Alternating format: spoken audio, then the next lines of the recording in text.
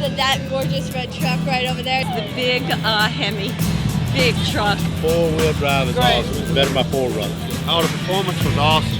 Very comfortable seat. I'm thinking about getting one myself. We're thinking about purchasing one next month.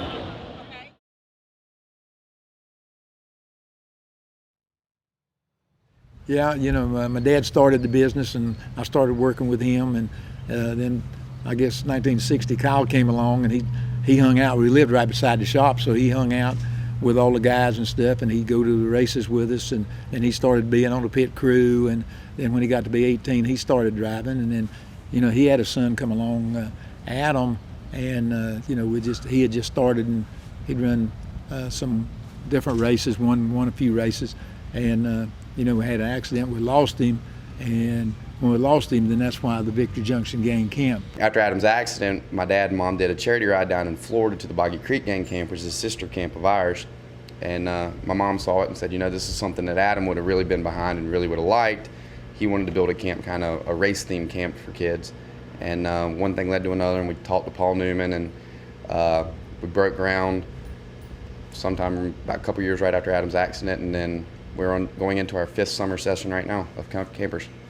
It was kind of a deal that he had been looking into it and thought it would be a great deal for this part of the community, and so you know, after we got over the shock of losing him, then Kyle and a bunch of people got together and said, okay, you know, this is what we want to do, and we were very fortunate that the racetrack stepped up, NASCAR stepped up, the manufacturers stepped up, Dodge stepped up and gave us a bunch of vans for, you know, transporting the kids around. The drivers got involved, and then the fans got involved. I just want to thank everybody for coming. This is the culmination. When you go inside here, this is the culmination of something that I think Kurt and Eva, especially their foundation, envisioned from one of the first time Kurt came to camp. As you can see, it takes a full staff of people, and it takes that hard work and that commitment. But most of all, it takes a big heart, and that's what we're here to enjoy here at the camp, is a big heart. With all these different buildings, all the different people that have been involved, I'm humbled, and it's a great day for us at the Kurt Busch Foundation to officially open the Kurt Busch Superdome. Everybody ready? We need some big thumbs up here. Everybody got a thumbs up? All right, let's do it. Of course, we had to keep things in mind for the chronically ill children and the ones that struggle with temperature changes, and so that, of course, was the main reason. Secondly, the rubberized flooring. It can manage many different falls, from bigger kids to smaller kids, to try to help keep them safe and to keep them just where they just rub it off and get back in there. And of course, just the other different safety things. So that we kept the kids in mind, so that they really can just be kids and not have to worry about anything else.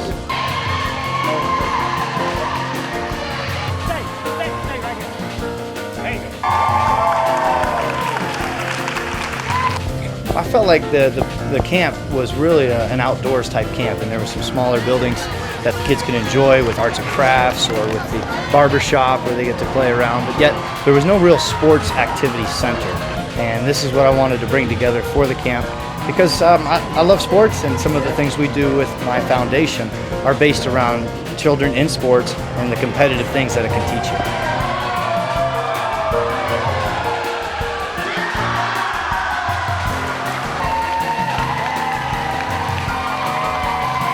A lot of kids that have medical problems, you know, never get to play sports, they never get to go outdoors and, you know, and do all these things, and you know, it's really hard to tell until you see them doing it how much it really means to them, and, you know, experiences that they would never have if it wasn't for this place.